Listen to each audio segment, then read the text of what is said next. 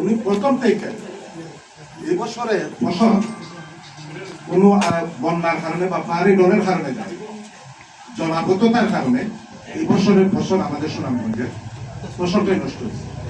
উনার প্রথম দিন থেকে যে রিপোর্টটা যে পাহাড়ি ডল আসবে ফসল নিয়ে যাবে, অথচ আমাদের পানি উন্নয়ন বোর্ড প্রত্যেক বছর ইমার্জেন্সি একটা বাজেট থাকে যে হাওড়ে প্রত্যেক যখন জলাবদ্ধতা লাগে ওই পানিটা নিষ্কাশন করে দেওয়ার জন্য।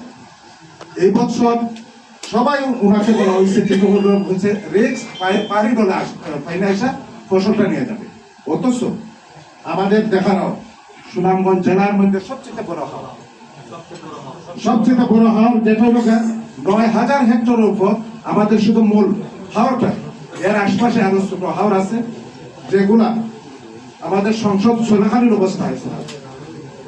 আমি আসতেছি ঢাকা থেকে, তখন প্রধানমন্ত্রীর দৃষ্টি নজর হচ্ছে যে আমাদের একটা হাওড় বন্যা পানিতে বাইঙ্গা হাওড় ডুবে গেছে। তখন আমাদের জিজ্ঞাসা শোনার বিষয়টা কি কেন বাদ দিই, তখন আমি বললাম যে এটা তো পাহাড়ি ডলে না, আমাদের হাওড়ের ভিতরে যে জলাবদ্ধতার কারণে ছোট ছোট হাওড়, এই পানির প্রেশারে এই ছোট ছোট হাওড় গুলাও ছুঁড়া গেছে। উনি প্রথম থেকেই আমাদের আমার একটা উদ্দেশ্য মনে হয়েছে, ওনার উদ্দেশ্য পরিকল্পিতভাবে সুনামগঞ্জ জেলার হাওরের নষ্ট না, ওনার পরিকল্পিত কোনো উদ্দেশ্য নাই, যার কারণে আজকে এই কৃষকরা ভয়াবহ বিপদ করছে।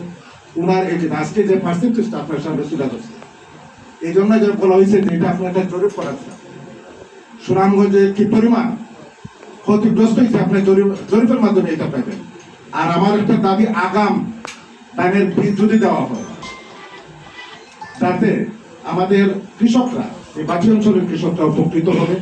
আর পরিকল্পিত সুইচ গেট বলছে রিপিট করার দরকার নেই স্যার, আমি এই জন্য বলতেছি পরিকল্পিত সুইচ গেট অত্যন্ত জরুরি স্যার।